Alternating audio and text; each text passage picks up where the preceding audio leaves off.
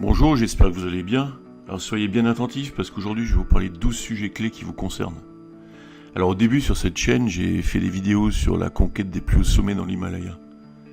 Mais assez vite on tombe sur les rejets dans la nature, on tombe aussi sur les pollutions au sommet.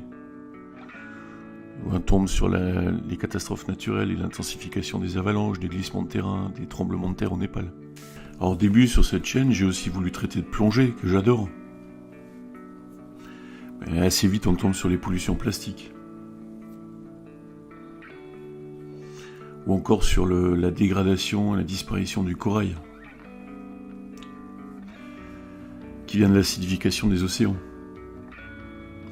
Au début sur cette chaîne, j'ai aussi voulu traiter de nos relations avec les animaux sauvages, mais assez vite on tombe sur les dégâts causés par le braconnage. Ou encore sur la perte d'habitat des animaux sauvages. Alors avant d'aller plus loin dans un mode fun et loisir, j'ai voulu voir s'il y a d'autres sujets qui fâchent. Je suis tombé non pas sur un, mais sur une douzaine de sujets. Pollution plastique, déforestation, réchauffement climatique, acidification des océans.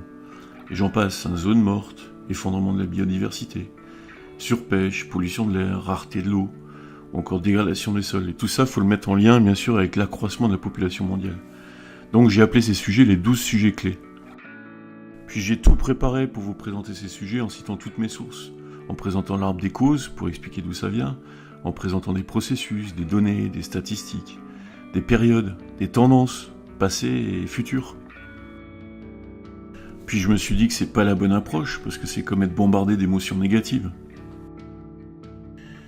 Par exemple, si je vous dis que 79% du plastique est rejeté dans la nature et que seulement 9% est recyclé.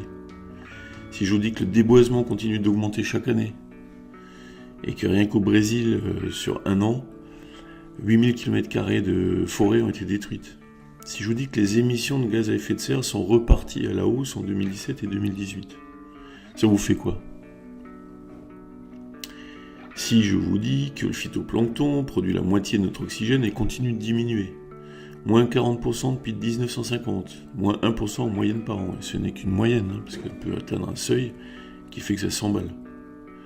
Si je vous dis qu'une zone morte a été découverte récemment dans le golfe d'Oman de la taille de l'Écosse, et qu'il y a 600 zones mortes sur la planète, si je vous dis qu'une corne de rhinocéros se vend à 90 000 €, ou encore si je vous dis que 207 activistes écologistes ont été tués en 2017, ça vous fait quoi? Bien, ça devient, comme on peut s'en douter, une soupe à la grimace, et c'est même carrément déprimant. Donc comment présenter ces 12 sujets? D'abord trouver les points communs. Alors il y a un premier bloc dans le point commun, ce serait nos rejets dans la nature. Et puis un deuxième bloc dans le point commun, ce serait nos prélèvements dans la nature. Ensuite, comment présenter ces 12 sujets? C'est avec des initiatives, rien que des initiatives. Parce qu'il n'y a que ça qui peut nous inspirer et puis nous donner de l'énergie. Puis finalement, comment les présenter? Il y a plusieurs niveaux. D'abord, il y a le niveau local, ce qu'on a autour de nous, ou global, parce que s'il y a des initiatives qui viennent d'Équateur, du Burkina Faso, du Bhoutan, je les présenterai. Puis à l'échelle micro ou macro. Macro, c'est plus l'échelle globale, systémique. Par exemple, un groupement d'industriels qui fait en sorte que les rejets des uns soient les matières premières des autres. Ou l'aquaponie, la déjection des poissons qui sert à nourrir les plantes, qui nettoient l'eau. Puis il y a aussi les trois niveaux que sont la production, qui utilise la matière et l'énergie, la consommation, sans doute, parce que vous et moi sommes des consommateurs, et puis la gouvernance, tout ce qui sert à piloter ces sujets. Donc, à propos de gouvernance, 2 mots au sujet de notre copain le PIB, qui sert à mesurer plein de choses, qui sert à mesurer la richesse, la puissance mondiale, la croissance, le déficit public, la dette publique. Je vous ai mis quelques chiffres ou pourcentages de PIB en bleu pour la France. Alors les rejets sont appelés les externalités négatives. Un exemple, une usine rejette ses déchets dans une rivière voisine. Ça a un impact pour les agriculteurs parce que ça affecte leur culture et les habitants à travers des maladies. Ça a un coût pour la société qui n'est pas assuré par le responsable, c'est-à-dire l'usine. Ça, c'est un exemple d'externalité négative. Et ce qu'on découvre, c'est qu'elles ne sont pas prises en compte dans le calcul du PIB. Alors, est-ce qu'il y a d'autres critères? Oui, il y en a, on en parle moins, mais il y en a. L'indice de développement humain, par exemple, inventé en 90.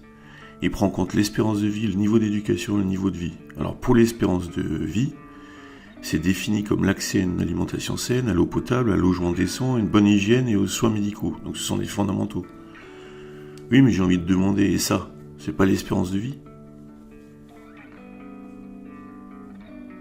Donc on voit qu'il y a un trou dans la raquette.